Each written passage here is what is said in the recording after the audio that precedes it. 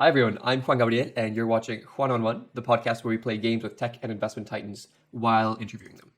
For this episode, we're back on Roblox trying to stay alive through numerous natural disasters such as earthquakes, volcanic eruptions, and tornadoes. Today, I'm joined by Sara, the co-founder of Winnie.com. Winnie.com is a daycare and preschool digital platform to help parents find the best daycare and childcare providers. After studying at MIT, Sara kicked off her career at Google, then YouTube, Twitter, perhaps as a result of her prolific tweeting, then Postmates, and now operating and launching Winnie.com, her own venture. I want to thank David Hornick so much for connecting us. What an absolute joy to have you here, Sara. Thanks for having me. This is super exciting. Definitely the most unique interview I've ever done. Well, how are you feeling? We are here in Roblox. We're going to try to survive a couple of things. In the beach, we don't know what the disaster is. Are you much of a gamer? What role have video games played in your life? No role. I never played video games growing up. Had never had any interest in video games. Uh, so I am terrible at video games, and this will be a very poor performance. Well, more than anything, I think this is a test of our multitasking skills. See, we have to run away from this tornado. Oh, you can sit on these? I guess so. I'm just hanging out. It's not letting me move now. Oh, I'm stuck. all right. You have to press spacebar to get out. And as the tornado comes our way. Jump off of my. Oh my god! I think I'm just gonna chill here. I'm gonna run away. I'm gonna run away. This is not what you do in a tornado. You don't just chill on the chair. Not quite. All right, so let's kick this off. So you started your career at big tech at Google and have been moving to smaller and smaller earlier stage ventures over the years. You're being sort of the smallest one so far, at least for now. Was this by accident or by design? Yeah, I mean, I guess kind of by accident, but I do think you learn a lot working for a large tech company or a large company that's successful, where you can see kind of how things are supposed to be done and what happens when there's these kind of specialists in all these roles. And so in retrospect, I think it was great to start my career at a place like Google. You also meet really amazing people, and a lot of them, because it's a bigger company, that can hopefully you can have those relationships for the rest of your career. So I'm very grateful for the path I took, because it served me really well now in founding my own company. I imagine it has, and it served you well here because you survived this first natural disaster, and I did not. So props to you. Yeah, I'm trying to figure out what I did. I guess just not moving. I guess that was the better strategy here. So that's very interesting. And what is, I guess, the main difference you've noticed between the culture or the experience between a bigger, more mature tech firm and a smaller enterprise? Yeah, I mean, like, the smaller the company, the more you really have to be more of a generalist. And as companies grow, those generalists start to specialize. And I've been, fortunate to work at a lot of growing companies, as well as my own company. Like, when I started Winnie, I was doing everything. I was coding and taking out the trash and, literally everything. And now, I have to specialize and play my role as the CEO. Mm-hmm. And I can't spend my time doing things that I might enjoy, but Right. aren't there's better people to do them. Come join me. We're gonna climb the arch to survive the tsunami. This way. Ooh, oh. This way. This way to your right. Here we go. Now, how do I get like a cool outfit and look better? You spend Robux, which is the money. So here you come here, and then you just jump at the edge of this with spacebar, and it should help us climb up here. I can't even figure out how to turn around. Oh, there you go. A Oh, little bit closer. Oh, cut back. Keep running. And we died okay. anyways.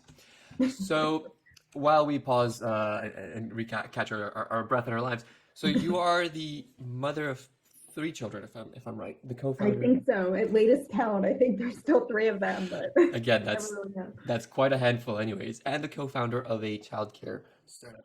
I'm curious if you can walk us through that journey of going from feeling some of the pain points yourself with your co-founder to hacking together and kicking off Winnie yourselves. What was the journey like there?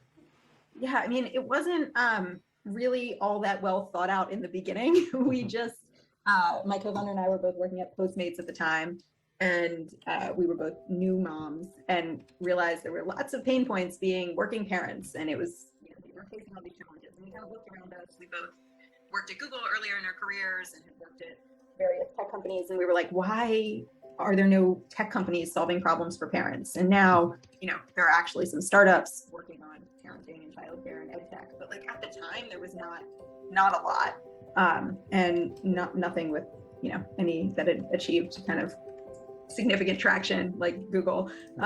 So we felt like there was just a big opportunity. It was a big white space, and we didn't really know what we were going to build or do, but we felt like just a calling that we had to try something. So we both quit our jobs and started building what is now Winnie, and it definitely was a windy path to land on, like, we should build a marketplace for childcare and education. How we got, from let's help parents to that was not straightforward, but now kind of looking back, it seems pretty obvious. Like, without childcare, it's pretty hard for parents to do anything else.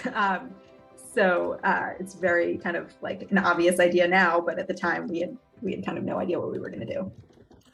That's I mean, it's a good transition in the story of how, not everything is a thought out purpose, an enterprise that people wanted to build, but rather in more of a natural progression, I guess, from specific areas and opportunities and lived experience is what comes to mind. This comes a bit out of ignorance because I'm still a few years away from having my own children. But when Don't rush. But when we do, because we've talked about it, what should we be looking out for in terms of choosing daycares on the Winnie platform and beyond? What are the most important things I think you've learned? Yeah, I mean, the number one thing was parents were really flying blind. Like, before Winnie, there was very little information about childcare options on the internet at all. And so parents were just left, it looks like I'm dying.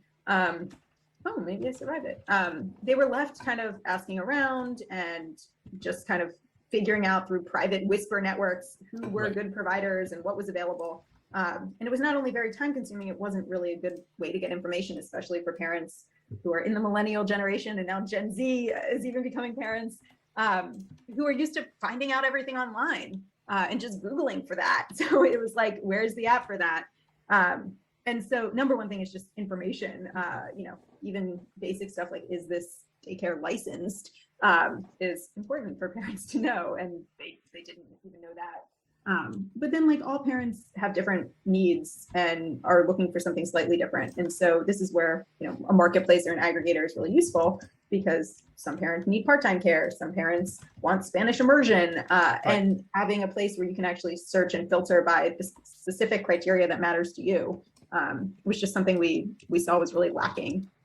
It seems like it's really pretty basic, because we have that for every other aspect of our lives. But for some reason, it just did not exist in childcare or really any form of education, which turns out to be like kind of a lifelong thing that you do for your kids. You're never really off the hook. Even when they enter kindergarten, you're still finding camps and classes and aftercare and tutoring, and it goes on and on. I mean, I can imagine it's fully immersive. You don't have a side hustle once you're a parent. But it leads me to another question. There's been, as you mentioned, little movement or inclusion of tech into childcare and child rearing. And I read a piece. Oh my God, I died again. Seriously, you are just crushing me. Oh, nice. Seems like doing nothing is really the strategy here. I think that is the strategy. But there's been a little movement or inclusion of technology into childcare and child rearing. I've read a piece you wrote about it. I guess the question I have is, what's missing? Is it parents being more comfortable with searching for childcare services online? Is it investors that are blind to this area? Why are we seeing a relatively slow uptake in childcare and daycare services for technology? So in the case of the childcare industry, it's not the parents, it's the providers.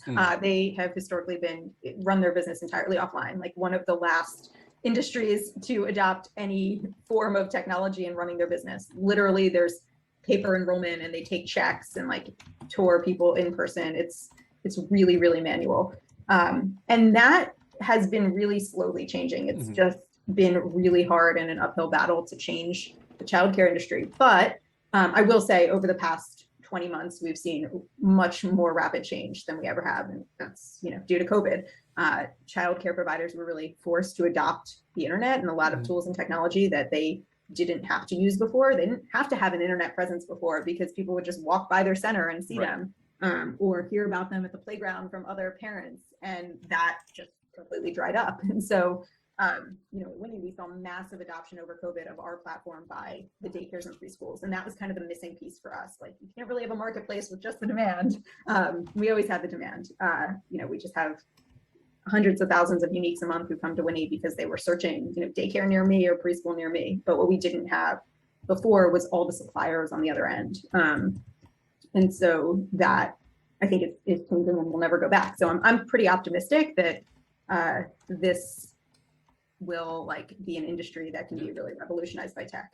And that's always the challenge, right? With marketplaces, you have to get both sides right, and getting one side and the other is exponentially harder. It seems that this little impetus is aiming precisely at, I guess, the supply side of the marketplace. That was a challenge. So that's very exciting to hear that the traction's there and that a lot of progress has been made in such a short period of time, thanks to very unfortunate circumstances. Now, I think you've mentioned you wanted to start Winnie partially because you wanted to work at a company where you would feel comfortable long-term working in. I'm thinking more along the lines of culture. And the question I have is, what is the culture you and your co-founder are bringing to Winnie? How are you bringing that to the fore? Yeah, so startups just take longer than you'll ever imagine. And I think the number one reason startups fail is the founders burn out. They decide they don't want to do it anymore. You're always going to have hard times, and the difference is usually just perseverance. You can get through anything if you want to, right. And we have because we wanted to. And so for us, it was really important to build a place that we really wanted to work. And we would, every time we were faced with a decision, would we rather just stop because it's getting really tough and go work for this other company or get acquired by this company? Or it was always no. We love the actual company we work for in addition to what we're building. And so building a culture that we wouldn't burn out and we would want to work for a long time was huge for us. But then it's also turned out to be a real strategic recruiting advantage because not everyone wants to grind 24 hours a day, 7 days a week. There are people that want balance, especially parents. And we offer that. We live that. We don't just say we offer it. We actually you'll see us in Slack constantly being I'm taking the rest of the day off to go I took my daughter out the other day to Dunkin' Donuts. I was I'm just taking the rest of the day off. She's home from school and I want to hang out with her. And then employees follow suit. When they see the CEO doing that, they feel comfortable doing it too. That's such a powerful thing because there is an element of shame, right? If you're that person that signs off at 5 p.m., which is technically the end of the workday at startups. So seeing that example from the founders and getting that up and early from the company is something really admirable, particularly in the US, where I think many of these protections like paternity leave and maternity leave are far more limited relative to other advanced democracies, right? Yeah, and they might offer them kind of in a lip service way, but then people don't actually feel comfortable taking that. Right. And I think that's the big thing we wanted to solve for. We worked for tech companies where this stuff was, they had great policies in place and they covered their ass, but you felt a lot of pressure to be in a physical office and working all the time. And I think that's true at a lot of startups. And I think, we wanted to build something different. Oh, wow. Almost died here. I'm drowning. I'll be definitely going to die here. So are you. Shame. I'm going to take us on a small tangent as we perish here in the flood, which is, I'm curious about a little bit of a crypto tangent. I saw, unfortunately, this morning that your Ethereum and ENS were lost in a phishing scheme. I'm so sorry to hear that. That must be extremely frustrating. But the question I have is almost along the lines of, when did you and your family get into crypto and why? So first of all, my advice, don't put all your crypto in one place, which I didn't. And that is good because this stuff gets hacked and there's no recourse. But I'm not into crypto. I'm trying to learn about it, and I think it's really interesting. And I think it's important. You can be really siloed when you work on a business, and especially as a parent, I just don't have many hours in the day to do anything other than my company and my family and keeping myself mostly healthy. Right. But I think it's also important to kind of, that's where the real kind of ideas and innovation comes from. And you don't want to get too siloed that you don't think about, what could be. And especially as a CEO, you do have to be kind of up on what else is happening and what exciting technologies are out there. And so I want to learn about crypto and Web3 and NFTs. And so I've kind of launched a little project with my daughter where we take her drawings and we mint them as NFTs. And that's just been a fun way. She's really into it. And it's been a fun way for, me to kind of get my feet wet and learn in a sort of low stakes way so that when I make mistakes, it's not the end of the world. And we'll put the page, the OpenSea page, somewhere in the video here. Again, we just perished because of a tsunami.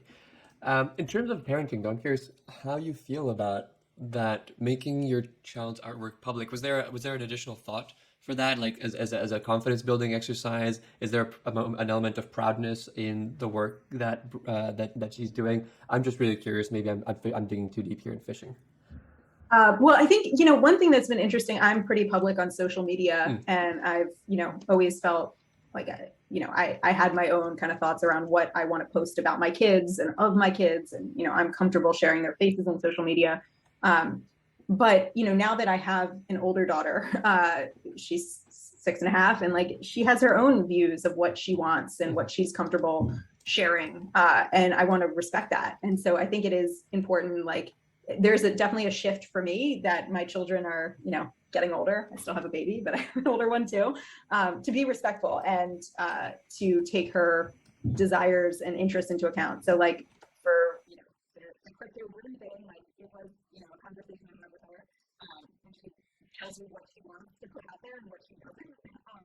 And I think that's, she's learning too about like the internet and how it works and that this stuff is public. And I think it is important now that she's old enough to start involving her in the conversation and have her learn what the internet is all about. That's very, very insightful and good things to consider as I plan to have kids in the next 5 years.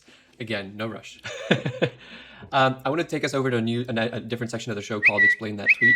I shared with you earlier this tweet. I'm going to really quickly read it aloud for podcast listeners. I can make pretty much any major decision in my life very quickly. Parentheses, buying a house, having kids, raising investment. But I'm completely stuck when deciding whether to sign up my 4-year-old for the music elective or Spanish elective next year. Can you tell us a little bit more about what's going on here? Well, that was a tweet from a few years ago when my oldest child was, I guess, in preschool, and they had like kind of an aftercare elective situation. So I think one thing is it's funny how much I thought about every little parenting decision for my oldest, because she was the first one to encounter that. And now with my other 2 kids, like they're lucky if I remember to sign them up for an elective.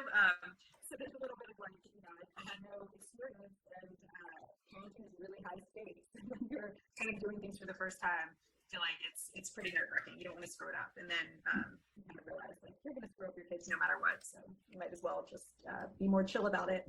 But I think we see this all the time, and just parents using Winnie, like any decision involving your children is really high stakes for parents. It really matters.